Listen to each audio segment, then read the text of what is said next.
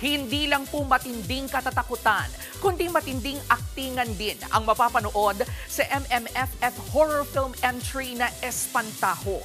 At speaking of aktingan, muntikan palang magkasama sa pelikulang yan sina Judy Ann Santos at Vilma Santos Recto.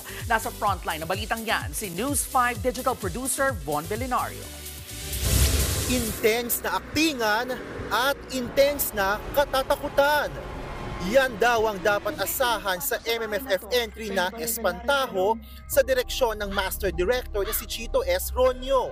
Ang bida ng pelikulang si Judy Ann Santos, excited na sa tagisan nila ng aktingan kasama sina Lorna Tolentino, Chanda Romero, Eugene Domingo at iba pang cast katulad ni Janice de Belen, Mon Confiado, Nico Antonio, JC Santos, Tommy Abuel at iba pa. More than yung pressure, mas yung excitement kasi ang sarap gawin itong pelikulang to. Hindi ako ni walang halong biro.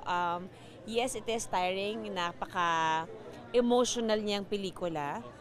But at the end of the day, kahit pagod ka, we would always go home happy and satisfied sa trabaho ang binigay namin. Ang Grand Slam Best Actress na si Lorna Tolentino, gaganap na ina ni Judy Ann sa pelikula. Deadma ang aktres kahit siya ang pumalit sa dapat na role ni Vilma Santos. Nagpapasalamat ako. Siyempre, sabi nga ni Ate V, nung nalaman niya na ako, papasalamat talaga ako kasi pasalamat ako sa kanya. Tapos sabi niya, ay nako, sabi niya, perfect choice. I get it, it's totally fine. Probably, naniniwala din naman ako nung sinabi ni Ate V na there'd be another project that's really meant for us. And I'm holding on to that. Iikot ang kwento ng horror movie sa isang espantaho o scarecrow at kung paano ito magbibigay ng kababalaghan at katatakutan sa isang pamilya at relasyon. Ito ang pagbabalik MMFF ni Direk Chito. Kung last year ay head jury siya, this time, thrilling sa kanyang makasama sa 50th Metro Manila Film Festival. I never really left. Hindi na ako na-inspire to do a movie. There were some ideas na I throw around, pero hindi siya napipick up until this one. Abangan ang Espantaho sa nalalapit na Metro Manila Film Festival.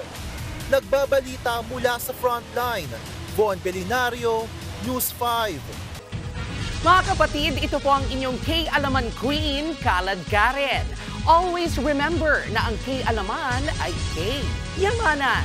Kaya para sa latest showbiz news at dagdag impormasyon, mag-follow at mag-subscribe sa social media pages ng News 5. Okay?